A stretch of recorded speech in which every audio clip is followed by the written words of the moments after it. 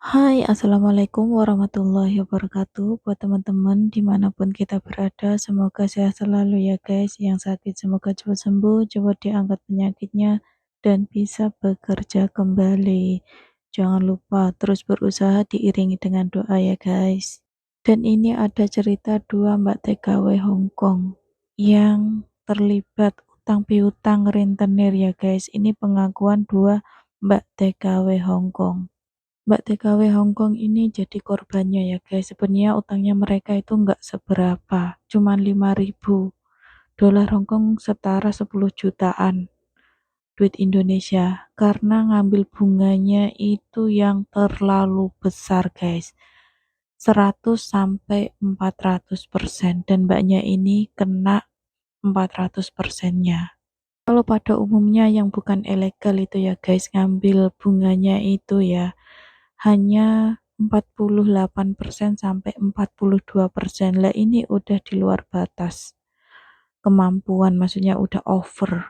Bunganya itu terlalu ugal-ugalan dan targetnya itu mbak domestic helper, mbak para TKW, kayak gitu guys. Dan ini cerita pertama mbak TKW Hongkong sebagai korban utang piutang rentenir ya guys. Mbaknya ini utang rentenir itu hanya 5.000 dolar Hongkong, sekitaran 10 juta duit Indonesia guys. Dan mbaknya ini hanya mendapatkan 1.950 dolar, 4 juta kurang, yang seharusnya itu mendapatkan 10 juta duit Indonesia guys.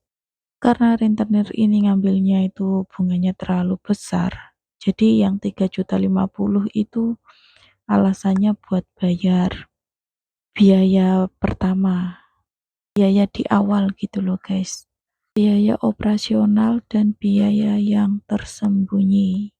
Jadi utang 5.000 itu hanya didapatkan 1.950 dolar.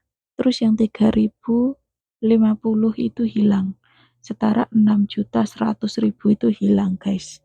Dan per bulannya itu Mbak TKW Hongkong ini harus setor 6.015 dolar. Gaji kita itu loh 5.000 kurang. Sedangkan setoran kita itu per bulan 6.015 dolar kali 3 bulan. Terus kurangnya di mana? Kita liburan itu ya butuh biaya makan setiap minggunya. Kita butuh keperluan. Lah utangnya 5.000 dolar. Lah kok kita ini harus ansurannya 6.015 dolar. Kan melebihi target gaji kan.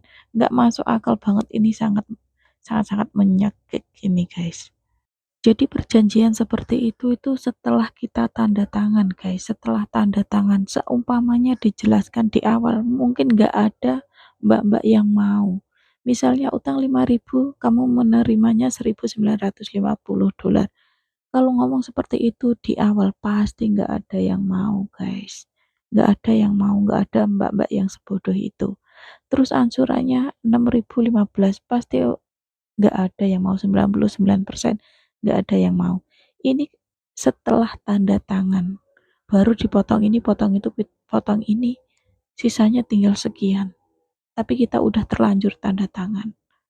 Itulah banyak Mbak TKW Hongkong yang stres ngambil, apalagi orang ngambilnya itu sampai 3 bank, 3 rentenir.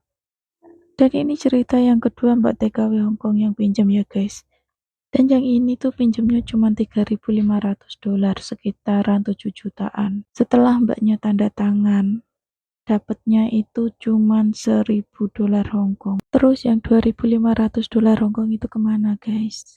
400% biaya di awal, biaya operasional, biaya tersembunyi. Dan mbaknya ini masih juga disuruh ngambil HP, itu nanti diansur guys.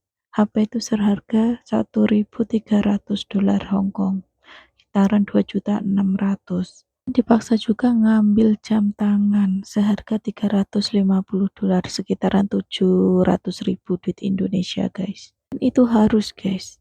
Di rentenir ini kerjasama dengan toko HP dan jam tangan.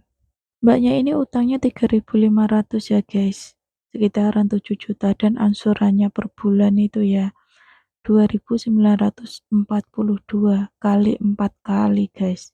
Itu totalnya menjadi $11.760, 22 juta lebih.